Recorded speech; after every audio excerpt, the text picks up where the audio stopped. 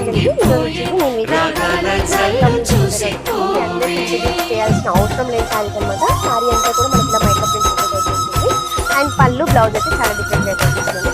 చాలా బాగుంది. Shibori design అయితే పళ్ళు అండ్ సేమ్ కాంట్రాక్ట్ లో బ్లౌజ్ అయితే వచ్చేసింది. ఇప్పుడు నేను వేసి చేస్తే కలర్ నెక్స్ట్ కలర్ వచ్చేసరికి మంచి బ్లాక్ కలర్ కాంబినేషన్ లో అండ్ పళ్ళు వచ్చేసరికి ఇలా వస్తుంది బ్లౌజ్.